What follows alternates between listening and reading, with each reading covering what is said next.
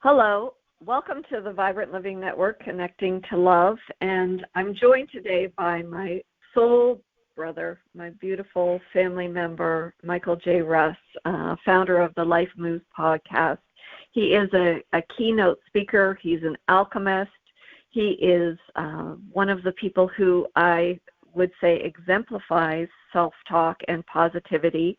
He speaks to personal sovereignty, and this morning when I was perusing my bookshelf, I found a wonderful book called Nirvana in a Nutshell, and I came across a little short excerpt to me that just really defines how Michael lives his life, and this is a little bit of a surprise to him, so these words are as new and fresh to him as they are to you. But it says, all of your perceptions are defined by an untold list of parameters: your culture, your economic status, your previous experience, your emotional state in a given moment, and the condition of the world politics, to name a few. Perceptions are not truth. They are only perceptions. Truth lives beyond the temporary. Truth exists in the realm beyond the thinking mind. Let go and know truth. And so with that, I would like to welcome my friend and colleague, Michael J. Russ. Awesome. Welcome, Michael. Thank you so much. Thank you. I absolutely love that. Thank you so much for that. And when was that book written, do you know? That book was a collection of 157 Zen reflections by a gentleman named Scott Shaw, and it's called Nirvana in a Nutshell. And that is number 30 in the collection. Awesome. Yeah. I will send it to you. But when I read it, it just warmed my heart, and I thought, you know what? This is Michael. He lets go and he knows truth. Yeah. It's thank you.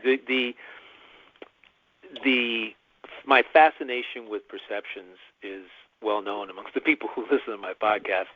And you, I am completely fascinated because, in my view, perceptions, the fastest way to change the way you feel in any given moment is to examine what you're perceiving as negative and change it to positive in some way. That's it. And everything else will fall in line with with whatever perception you have about something. Your thoughts, feelings, words, and self-talk will, and any actions or responses you take will literally line up with whatever that perception is, and just simply mirror it. And so you change for a lot of people. And he mentioned, life and things. Yes, our perceptions we have perceptions about everything, and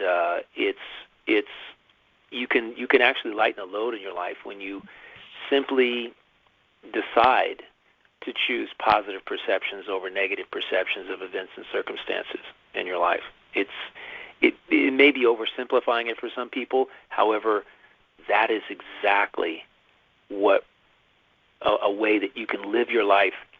If you want to be happier, if you want to experience more love, more self-love, perceive yourself positively first and foremost. And I was talking to a gentleman who's having some difficulty from actually losing the past, letting go of events and circumstances that are no longer that can no longer be changed, which is just about everything that happened past a few minutes ago.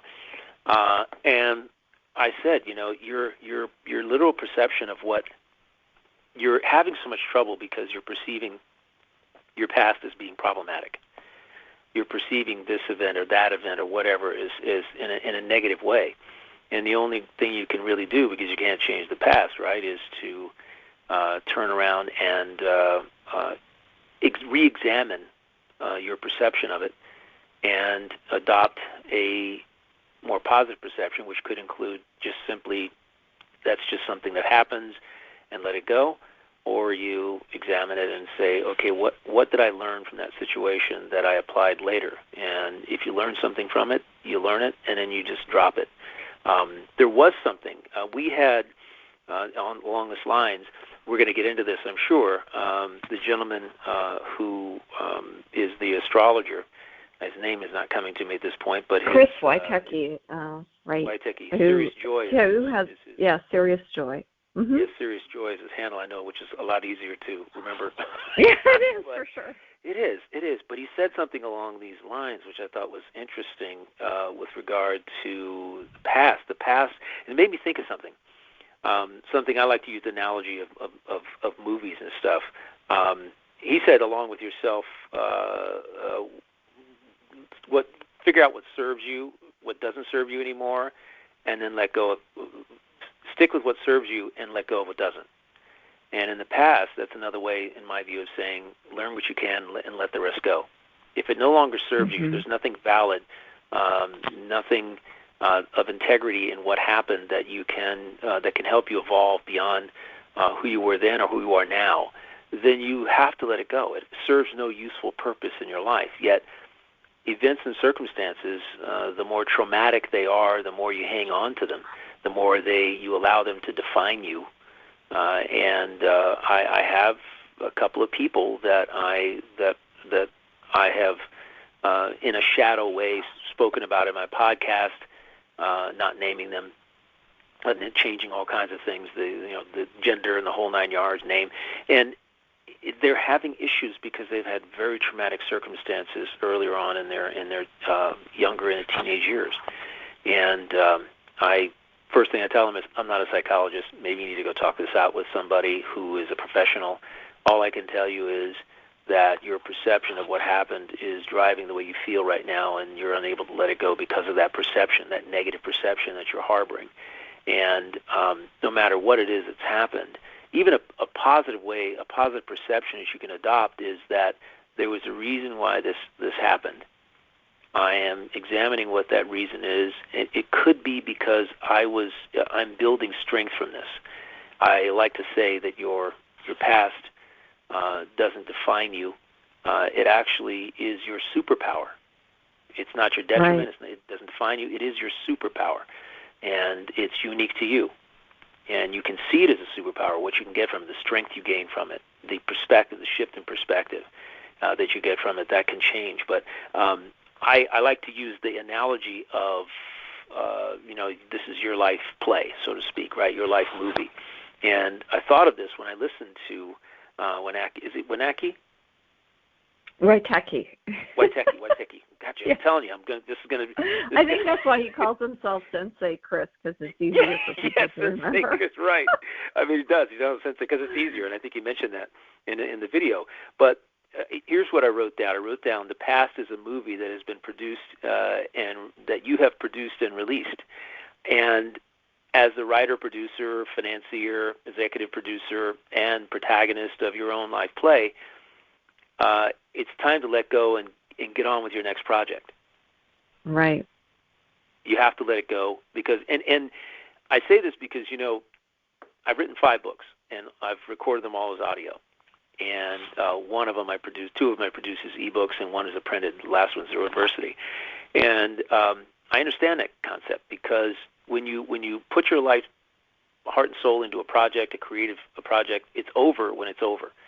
And right. you don't really go back and watch it after the editing. You just once it's released, once it's published, you move on to the next project. You're absolutely right. Mm-hmm. That's the way you have to look at life. Something happened. All right, it happened. It's done. Now that's over. I can't change it.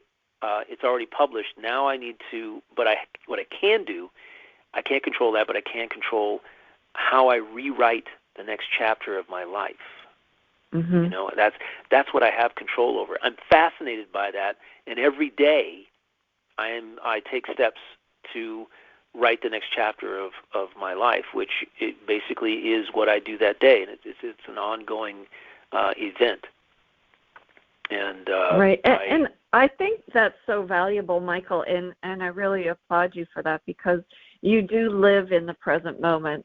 So many people carry things from the past, and when I was in college, one of my college professors used the analogy of 3 chairs, and he said this is the past, and this is the present, and this is the future. And he, first sat in the chair of the past, and he said, well, you really can't be alive and being in this chair. And so he picked it up and he brought it and he carried it with the present. And he said, and many of you try to live way beyond what today is. And he said, and then you end up carrying 3 chairs. And he said, and you really can't sit in any one that's comfortable. And then he took a seat in the middle chair and he said, this is the only place that I can truly be, is here in the present. The other 2 don't exist. Oh, yeah. And I always think about that. It sticks with you. And so many people try to drag the other 2 chairs with them through life, and you just can't do that. And I have a quote in my office that is by Henry David Thoreau that says, "You must live in the present. Launch yourself on every wave. Find your eternity in each moment. Fools stand on their island opportunities, on their island opportunities, and look towards the other land. There is no other land. There is only life, but this," which is a reminder. This is it. This is it. Yeah, it's like you. I mean, how many people do we come across that are so literally uncomfortable in the present moment? Right. Because they're either focused on the past or they're have some sort of angst, anxiety, fear, worry, frustration about the future. They are uncomfortable in this present moment because they are bringing the future or the past into the present, a sort of Eckhart Tolle, so to speak, which is in all of his book. I can tell you it's probably the most quoted thing in my talks. The thing I quote the most in his books is, and it makes such sense. If you're not happy now, it's because you are dragging something from the past or the future into the moment that's mucking up the works. That's stopping that flow of innate happiness that you were born with. And the fascination is, how do you stay here? And I can tell you that I have issues remembering something that happened. I can't tell you what happened this weekend. I had a great time, but it's gone. I get it. Someone says, "Can you give me a play-by-play of Saturday?" Right. No, I cannot give you play-by-play. Right. I had the experience. It was wonderful, and if you arrange your life around experiences, you'll be much happier. And experiences, literally choosing experiences that foster the flow of happiness and joy and love, self and for others. And it's fun to me to do that. Playing golf for whatever, on Christmas Day. I can't tell you. Christmas Day, I walked the golf course for 9 holes.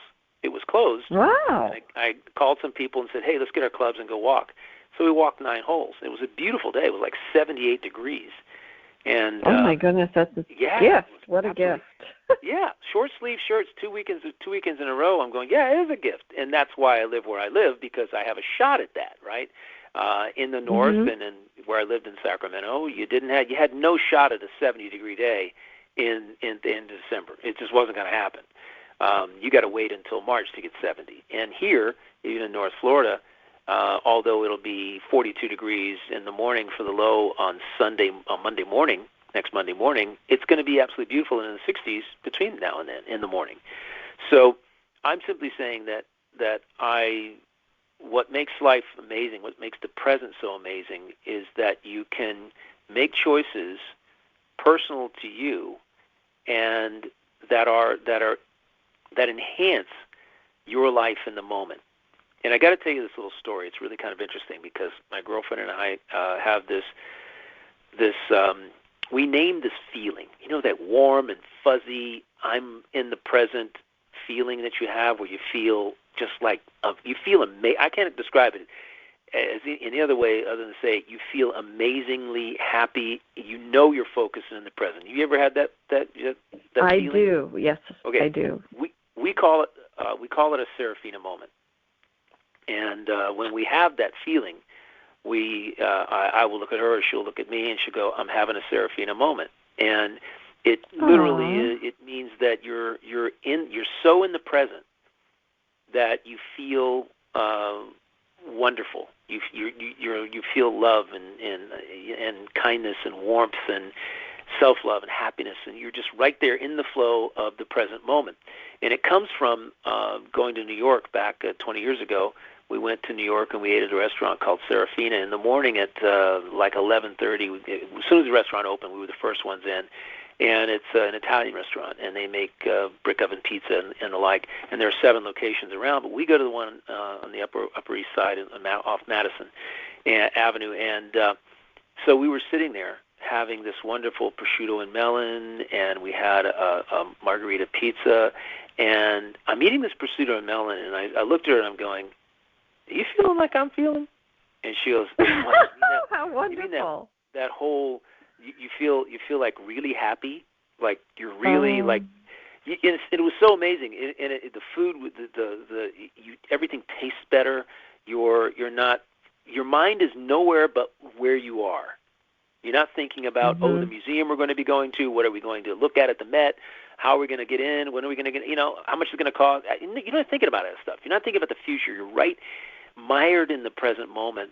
And I can tell you that last weekend for me, Friday, Saturday, and Sunday, that was one big Serafina moment. It was like so that's beautiful. In the present. Yeah, whether I was walking on the golf course and you notice, you smell the air, you sense the breeze, you're looking at the sky and you're looking at the cloud formations and you're looking at the blue sky, and I mean it's like everything. You're so in the present that you can sense what's going on around you in a wholly different way, and with no past, no future, just there. And to me, that is those are the moments that I have literally chosen to create. I curate those moments on purpose with intention, and that's in my podcast. I encourage people to do just that. Forget about the past. Don't worry about the future. Be in the present, curating what's going on. Because, as we will talk about here with regard to the astrological reading, your present thoughts, beliefs, and feelings and actions do create, through their vibrations and frequency, your future through attraction and that sort of thing, right? Mm-hmm. So absolutely. How you feel today about yourself and your life really does help create your future. And if that's the future you want, you have to be present creating it today. It's a sort of it's a conundrum for many people. It's because you have to really You're focus absolutely on it. Right. Mm-hmm. Yeah, when you were speaking, and I just would like to just say, when you were saying about the Serafina moment, it reminded me of the seraphim, the very high angelic realm, and where there's that sort of that peacefulness. And I think it would make a really wonderful children's book, Michael. I could see you, somebody illustrating you and your partner, your girlfriend, at that table, and then, just tapping into those Serafina moments. I think it should be, something that, should be used worldwide, and when you were speaking about it, I thought about, sitting next to a stream and just listening to the water rushing over the rocks, and really just being present. And as you spoke about the being in that restaurant, I thought, well, you've got all this outside noise and people doing what they're doing in their offices and all of this chaos, but you were present in that moment in a state of peace, enjoying the sensations and the tastes and the company, and really being in that beautiful angelic space of the now. I'm so grateful you shared that, because it's just completely delightful. Somebody more brilliant than me simply said your mind cannot focus on two things at once. So you create your reality in the present moment, and everything else falls away. Right.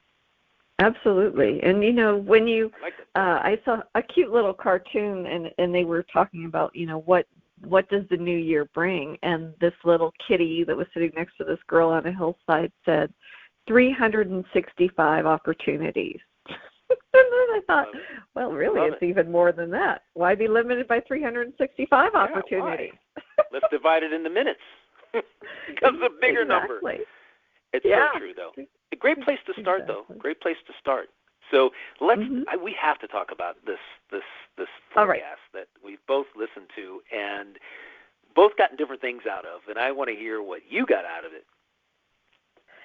Well, one of the things that I appreciate tuning into, and astrology is an interesting dynamic for me because I really truly believe in the pull of the tides and the moon and how it affects us and how the planets affect us. And what I find so fascinating and what really sort of has kind of drawn me more into it is that the alignment of the planets on February 2nd, 2022, so it's actually February 22nd, 2022, the planets will be in the same alignment as the date they were when the United States signed the Declaration of Independence.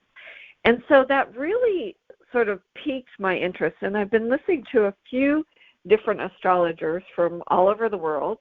Chris Wojtecki is from the United States, but I listened to a gentleman who's Russian. I also listened to a woman that is out of England, and they all are saying the same things, and that's what I find so fascinating. Independently, they're all sort of asserting that this is a very rare opportunity. And you think of all of the different cosmic alignments and the people that really stood in their sovereignty and said, you know what, we want to design a better world. So we're going to craft a document that's going to really bring and shape the future for so many. And I think, after all of the turmoil, I mean, in a different way than, we weren't fighting on a battlefield in the same way that they did when they fought for the Declaration of Independence. But these last few years is really reshaping people's thinking. And I believe from that very profound chrysalis of, pressure is going to evolve a new beginning, and in my opinion, is going to bring forth a new opening for love. And that's why, we chose to produce this show on PRN FM called Connecting to Love, because there is, in my opinion, no greater power. And so Chris, what he said in this podcast, he spoke to that. He spoke to the opportunity for us to rewrite our soul biography, to let go of what we had before, and to allow a new gateway and a new doorway to sort of open up. And one of the other things that really I could truly picture in my mind, he said that each year that we live is like a ring around a tree. So as those rings form, when you have a challenge or an obstacle, it can become like a bubble in that bark of the tree, and it becomes a bump. And we've all seen cross-sections of trees where we see the rings, and then you see this little nub kind of stick out. And you think, well, what really happened during that time? Well, one of the things that Chris shared was that we have the opportunity to resolve those and to let them go and be free of them once and for all, because we have the cosmic support of the planet. So, that's sort of what I saw and felt from it. And I wanted to, as I had voiced to you, Michael, to re-listen to it, because I felt that there was so many profound insights that, as I'm thinking about what I do want in the coming year, or in anything, I know I want to let go of what no longer serves me. And that's really what those bumps to me represent. I'd love to hear your perspective on it. Yeah, the letting go, which is something that I have been practicing a lot in the last 35 years. As events and circumstances occur in our lives, and one of my view is the only way you can be in the present is to let go of the past. You cannot be owned by it. It no longer serves you. You're no longer aligned with it. Align yourself with the present. But it's interesting, he said, your reality is an image of you. One attracts one. And this falls in line with, creating your reality, which he's very much talking about in different ways, using different language. However, we are the creators of our reality, and if you don't like what's happening to you, it's a signal, as he says, that you are attracting it and you need to change. Your reality mirrors your thinking. Mm-hmm. And that next year is an opportunity when you come across, if you find yourself in a situation where you're not liking what's happening to you, that you have you will be empowered next year through the planetary alignments, etc., and the energies of the universe to change your entire reality. You can do that by changing your thinking. To mirror something different, you have to be it first. And again, that's another one of those catch-22 things for many people. Many people are like, how do I do that then? If I don't like this, look, it's like if you're single, you see yourself as single. That is what you're going to be. How can you attract love into your life when you see yourself as single? When you perceive yourself as having the perfect partner, then you open up the pathway for that perfect partner to arrive. And everybody I know that's single asks the wrong question. Why am I alone? Why am I alone? Why can't I find someone? And I tell them at that particular point, you're asking the wrong question. You're asking the wrong question. And it's always about questions. What do you ask? That's because, the questions you ask pretty much let me know where you are, where your inner conversation is. And I said, change the question. Change the question. That is what you want. The other thing he said I thought was interesting was, don't blame your outer world for what's happening in your life. You are the world. And that's Take a bite out of that one. I mean, that's a nice true. Juicy bite, to be sure. Yeah, juicy bite of, we were talking before the show about people living in the 3D world, and you had mentioned that in your comments about it, that and your first comments about perception, actually, from Scott Shaw's book, about perceptions and how those perceptions are formed based on 3D circumstances. 3D being the what's outside of you, the world, the things, the other people, situations, events, circumstances, misfortune or unfortunate, whatever. That's the 3D world, the chaos, the distractions, and the negativity, the toxicity. That is an outer world that you can extricate yourself from. You can live in a different way where you're so far into curating your reality that through how you're perceiving the outer world, that it doesn't really have a consequence. It's of no consequence to you in your life. It's kind of like last week I talked about the 24-hour rule, and that really falls in line with that concept of what doesn't serve you. You have to immediately recognize what doesn't serve you, what is not in line with integrity in your life, which is the other thing that he very wonderfully brought up that I thought was really cool, is that we're next year going to seek to be in integrity with the world instead of hallelujah. Letting the outside world. Well, these are like you said, opportunities. They are opportunities, absolutely. Whether you act on them or not is a completely different, book and radio show, because people can know something and yet not act upon it out of fear, out of the unknown, out of worry or whatever it may be, their current 3D thinking. The thing that I thought that was wonderful, that I really, really hope, is what he was talking about with regard to more people becoming self-aware. I know. Aware of, I don't think he used that particular word. I think he used a different word. However, that's what I took from it, is that more people will understand, will be more aware and more alert to who they are and their interaction with the 3D world, and that they are in more control of their lives than they think they are. And they'll have the opportunity to make different choices that actually curate a different existence for themselves. And as a result, different feelings, different experiences, that sort of thing.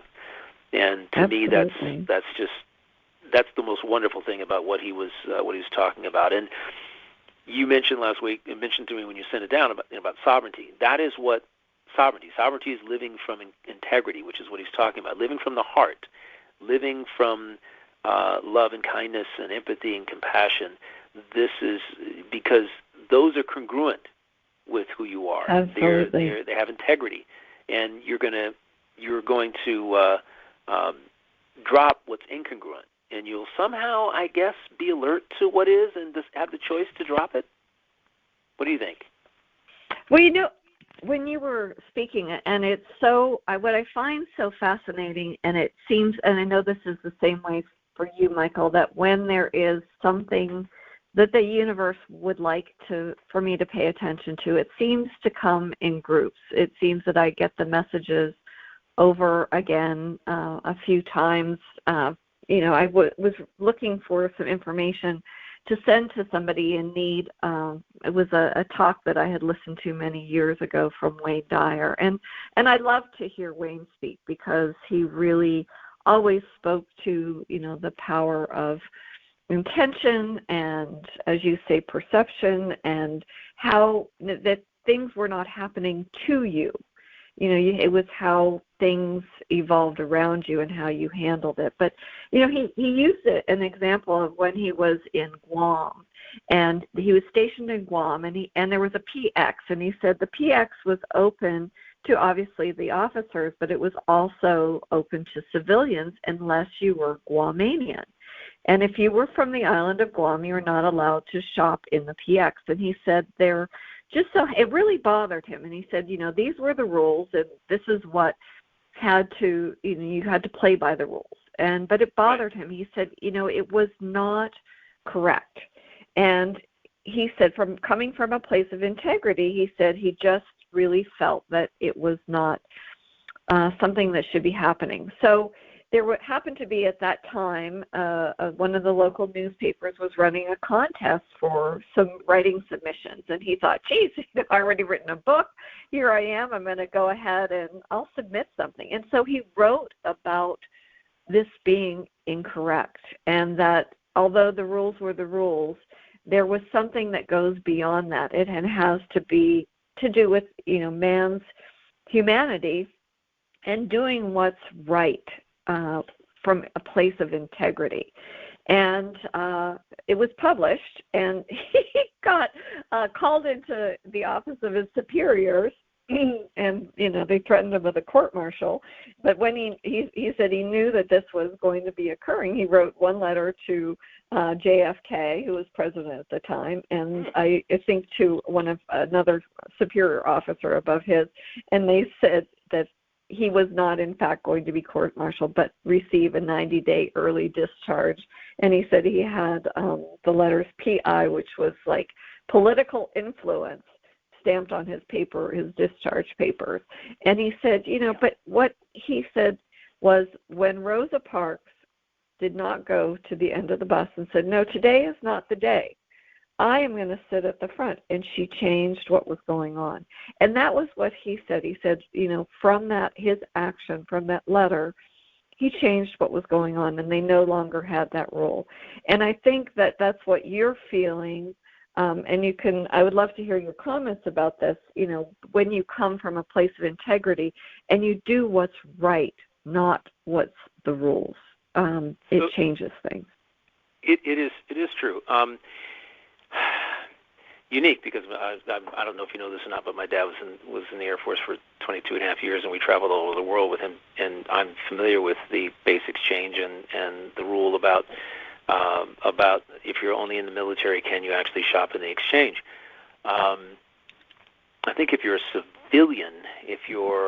civilian working on the was this gentleman a civilian, the Guamanian working on the base, but he wasn't able to go into the Correct. exchange? Okay. Correct. Yeah. That rule, it's interesting they had that rule change, and I believe perhaps even that rule exists today because of that, because I don't think anybody who, I live near two bases here, two big bases, and people who are civilians have the right to go to the post-exchange because of, I guess, that particular, that gentleman's stance, which is really awesome. And, it is true. He was living through integrity. And you know what? It falls in line with what I call, in my Zero Adversity book, a successful response. And he saw a situation, and a successful response is successful because it actually generates positive feelings, emotions, okay? And hope, happiness, love, joy.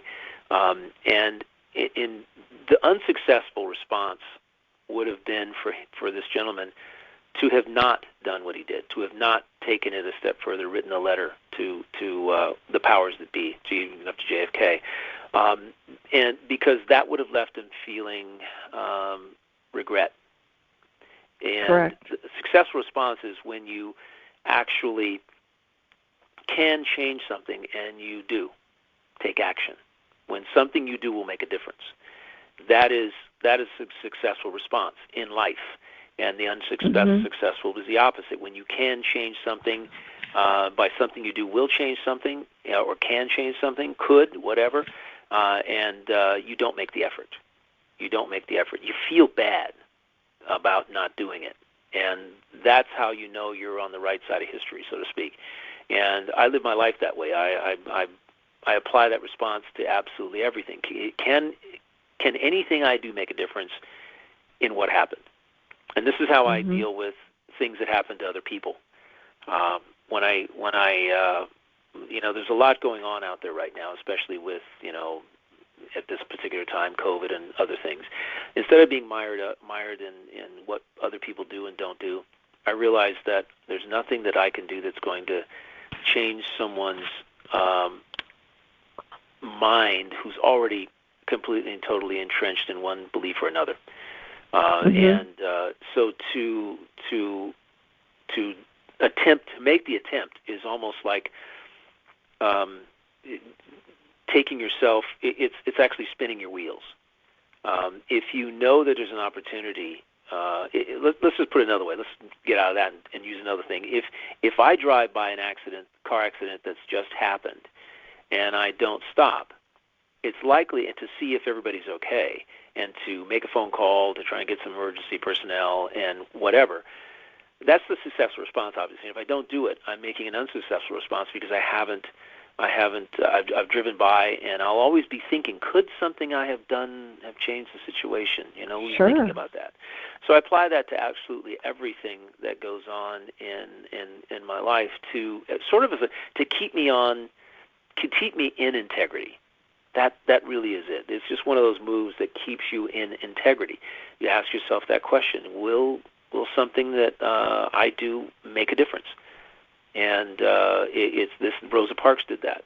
She says, I can't just do this anymore. Something I do can make a difference, and let me do it. And whatever the consequences are, I'll feel good about having done it, because it was this whole situation was not in integrity. And I'm not in integrity with myself or the universe if I submit to being told what I can and can't do, where I can and can't sit. So that's really kind of interesting. But you can look back on all the people who are very much in integrity. And I think next year it's going to be interesting to see how this unfolds, really. I agree. Based on what he was talking about, I'm going to be blown away by the number of people who really shift their thinking, because so many people are mired in circumstances, either of direct or indirect. Their thinking emanates from these circumstances. Many of the indirect circumstances they can't control, the direct circumstances they can't control. They control their thoughts and feelings about it, their behaviors, and the way that they perceive the event.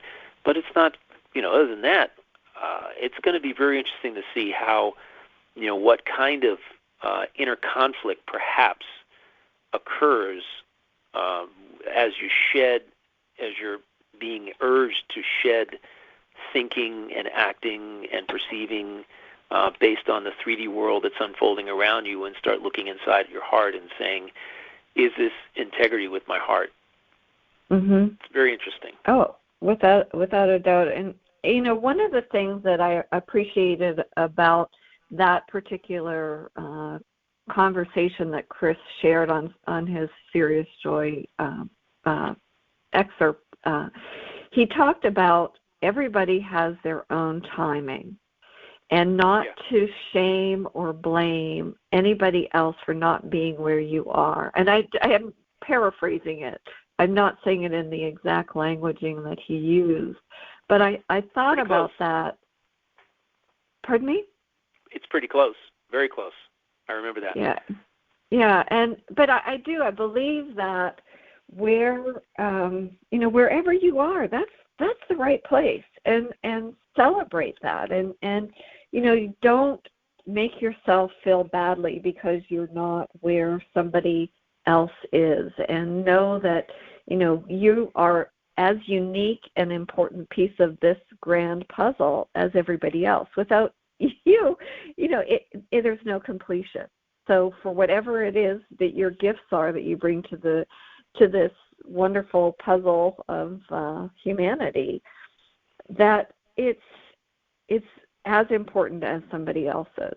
And I do want to mention that if you want to listen to any of Michael J. Russ's podcasts, or tune into some of the wonderful tips he has, to please check the lifemovespodcast.com. But also, I believe your audio files are on, your audiobooks are on Amazon, and you have some wonderful tools where you help people create their own life one day at a time.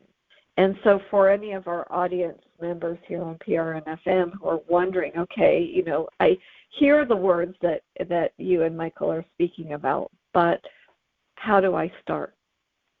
And I would say one day at a time is the perfect place to start. And Michael, I mean, any insights that you have to share with people about how to begin to create their own life and design the life that they want would be very welcome.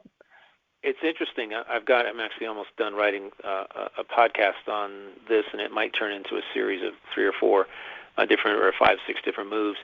However, the book you were mentioning, Design Your Life, thank you very much, is using self-talk to create your life one day at a time. And I wrote it because 35 plus years ago, I recognized that my inner conversation was incongruent with the dreams that I had, and intentions and the goals I'd set for myself, either daily, weekly, annually, life goals. My inner conversation was getting in the way of my forward progress.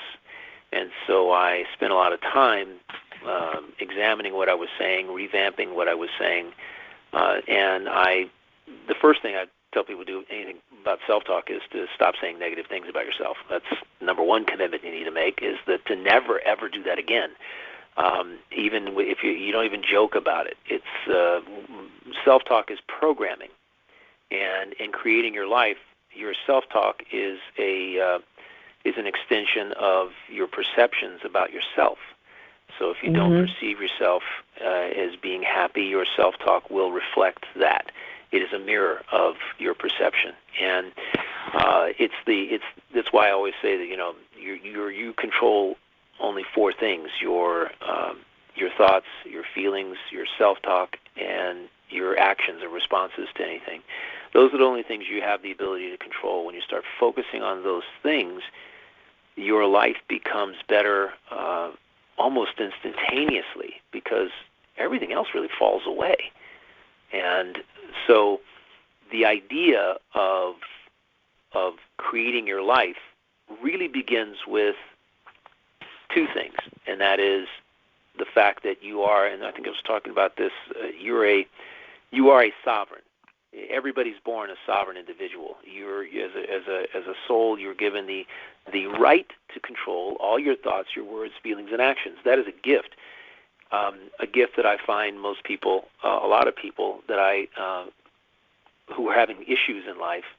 The one thing I notice as I listen is that, and I kind of listen to them talk about their lives and what's going on and everything, is that they squander that right to control those things.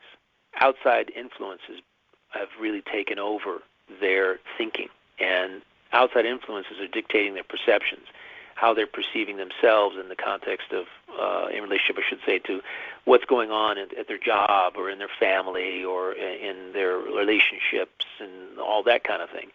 You have to literally, to start creating your life, accept that you are the ruler of your mind, body, and spirit. That's what a sovereign really is. That's what it means. A sovereign is an overseer or a ruler. You rule over your mind, your body, and spirit, which means listening to this radio show, this program, is an extension of controlling, managing, ruling your mind, because you are enlightening yourself with something that can move you forward. It's an example of that. Example of somebody who's abdicating the right of sovereignty is when you go on the internet or you listen to news and you immediately at that particular point begin to react based on what you're hearing. The reason is thrown out the window. You just start reacting based on letting it control your thinking, control your perceptions of one thing or another.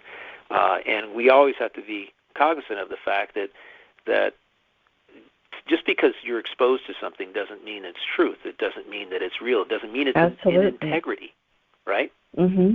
It doesn't mean that. So what you have the capability of doing is determining whether it's in integrity before you accept it as truth for you. And what may be in integrity to you is not integrity to somebody else. And that's what I loved about Chris talking about. Don't judge other people. Don't judge other people, because judgment is not being, again, congruent. It's not congruent with being a sovereign. You are then attempting to throw toxicity into somebody else as well, into somebody else's thinking. That's also not your place. Other people think what they think for reasons that are completely and totally just unknown to you and never will be. It's just like that. We're never going to understand the motivations behind why people do things. We can't get deep enough into their life, their past, their history, their experiences, how they grew up to understand why they made that particular move, why they said that thing. We can only do one thing. We can respond in some way, successfully or unsuccessfully, what other people say or do, and what other things occur in your life. And so when I talk about the podcast I have is really, its foundation is two things: sovereignty and alchemy, personal alchemy, because these are the two things that you gain the right of alchemy when you accept your own sovereignty, which is you gain the right to control your thoughts, words, and feelings, and the alchemy is you gain the right to transform them. In a moment's notice, a split second, you can shift the perception right here, right now. And absolutely, it happens, right? You do it, I do it. I love the story, and I'm not going to get too much into your personal life, but I'm going to simply kind of dance around this. When you had some issues, that's kind of what I do. I dance around it, but you had some issues in the past month with some people, and I loved how you remained in integrity. You did not allow other people's, not only their words or letters they wrote you or their actions, you did not allow those to shake you off your ground. Okay, let's put it that way. The way that you handled it was truly through the heart, through integrity, with love. You didn't step outside of your sovereignty to deal with the situation. You chose sovereignty to deal with it, and you always know that when you act from sovereignty, you feel good about yourself. You feel happy. You feel joyous. You feel creative and inspired. You feel hopeful, optimistic about yourself and your life. You love yourself more than anything else because you're acting from the heart. You're acting in your actions and your thoughts, your feelings, they're all in line with you, with who you are.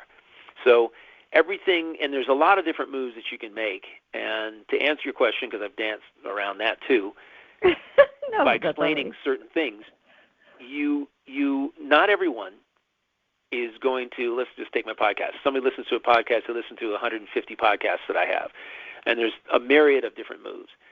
We all come from a different place of experience, of experiential wisdom.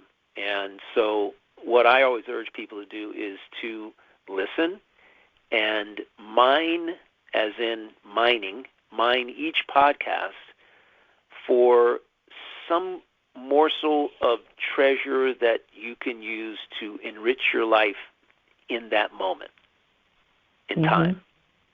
Everything else will sit. You're aware of everything, but you don't have to use everything. You literally mine the podcast for the move that you can make today that's going to enrich your life today, because in the present moment is what counts, right? We just got done talking about that.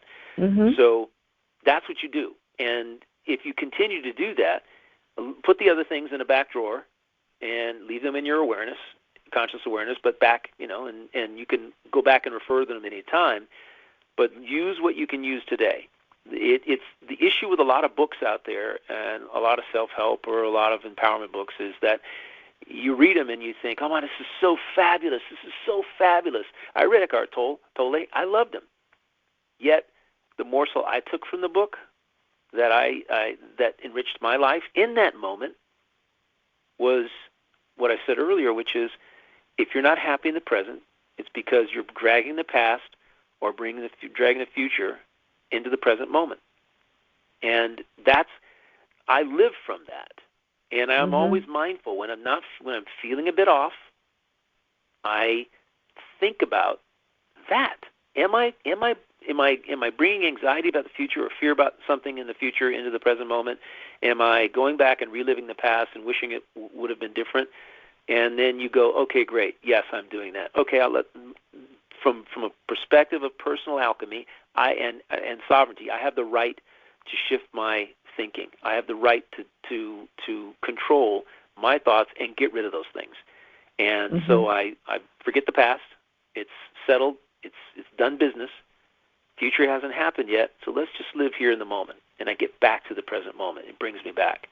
And so we all learn something from these various books. We can become overwhelmed when you think... without a doubt.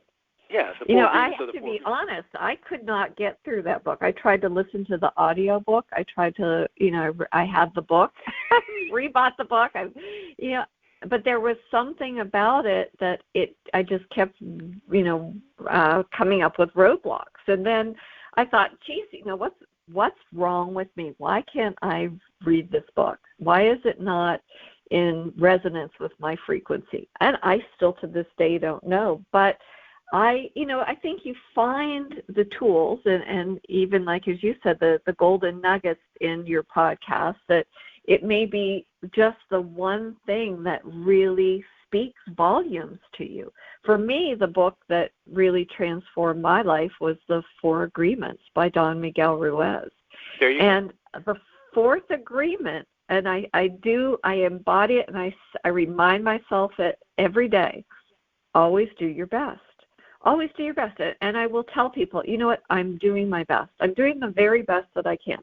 So no matter what the circumstances, even if I'm tired that day, I don't beat myself up. I pay attention. I need to go to bed early. I did the best that I could with what I had, even with the challenges that were presented to me. And thank you for being so kind in your words. But I will always try to do my best.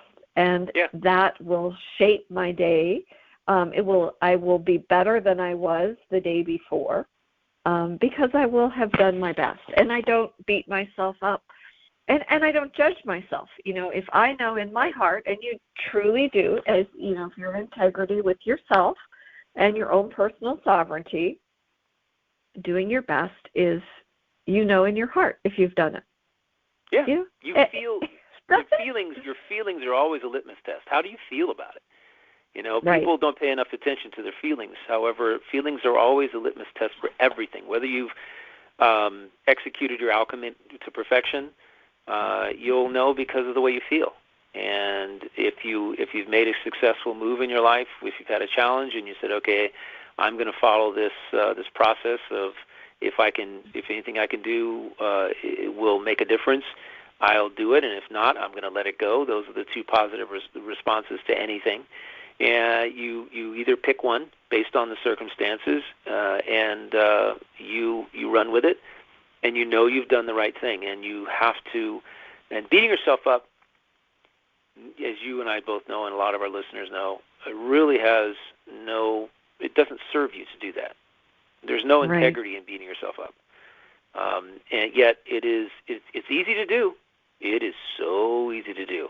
And yet, we have to remind ourselves that it serves no purpose. There's a reason for everything, and that reason may not be evident at the time, but that's no reason to beat yourself up. But I love the idea of that fourth agreement, by the way.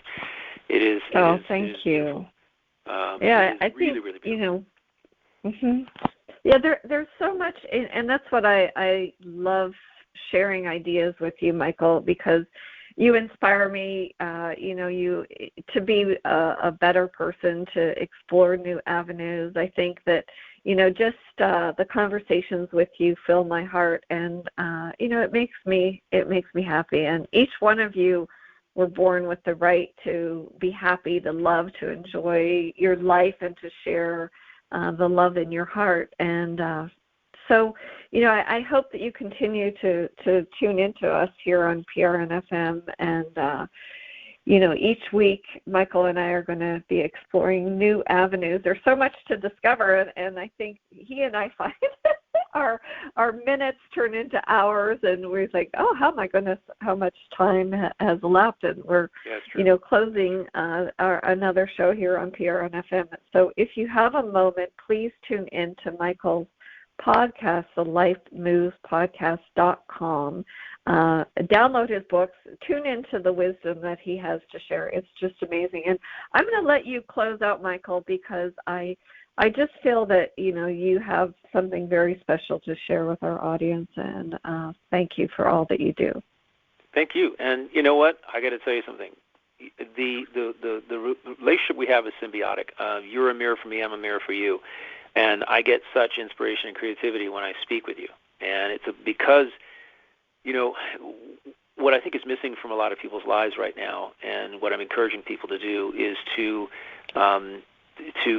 take care of themselves, work on themselves. If you're alone, you're not lonely. You're alone because you have an opportunity to elevate your thinking, elevate your thought, to work on you, to elevate your vibrational frequency, and get it to the point where it's attracting people into your life that can resonate with those higher frequencies, the frequencies of enlightenment and love and joy and happiness. If those are emanating from you, if you're creating within, they're going to emanate from you, and they're going to attract other people. They're opening pathways so that people can follow, that they can follow to come to you, and to actually be alert to developing a nucleus, set the intention to develop a nucleus of at least 2 to 3 people that have the universe bring those people to you that can create a relationship like you and I have, where you can talk without judgment, and you can talk out of love, talk from the heart, from integrity. And what happens is it's magical. It's absolutely magical what can occur when you find somebody. And interestingly enough, I have literally found just in the last 2 weeks 2 more people that I can have conversations like this about. And both of them are men, and I think I spoke about this last episode, but they both came to me and said, we need to talk more about this. There's nobody else in my nucleus of friends or family that I can have these conversations with, and I'm hungry to have these conversations about how we can raise our vibrational frequency, how we can deal with life in a different way, how we can live from integrity and congruency. And I urge you all to be on the lookout for people that you can have conversations like this about. They could be anywhere. I met one on vacation and one at a holiday party. People I didn't know who I took the time to engage with. And this is the beauty of life. It is. It's so joyous. And next year in 2022, set that as a goal, as an intention, to work on yourself and then attract, so you can attract other people into your life that can help enhance your life and you can enhance theirs. And I thank you. This is always a wonderful opportunity to actually